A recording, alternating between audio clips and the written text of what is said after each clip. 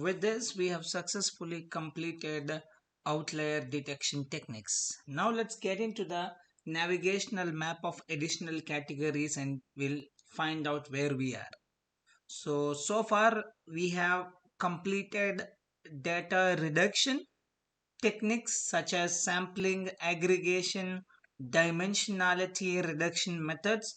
Then we moved on to the data transformation. Here we have seen normalization methods, standardization, log transformation, and finally data encoding in data transformation.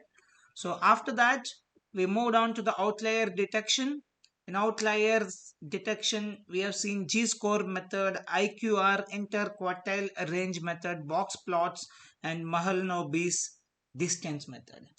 So now it's time to get into the data imputation. So in data imputation, we will be looking into the mean, median mode data imputation, forward, backward fill, regression imputation, KNN imputation, that's K nearest neighbors imputation, hot tech imputation. Okay. So, but before we move into that, so let's have a broad understanding of what is data imputation.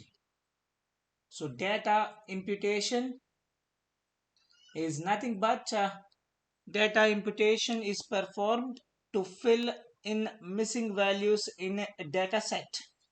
So missing values can occur in a data set due to various reasons such as data collection errors, data entry mistakes, equipment malfunction, incomplete data collection.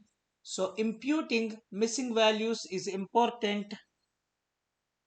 So why it is important we'll see later, but imputing missing values is very important. So what is data imputation?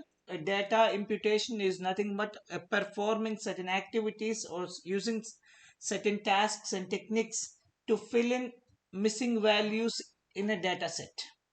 So missing values can occur in a dataset due to various reasons such as data collection errors and data entry mistakes or equipment malfunction or incomplete data collection. Okay.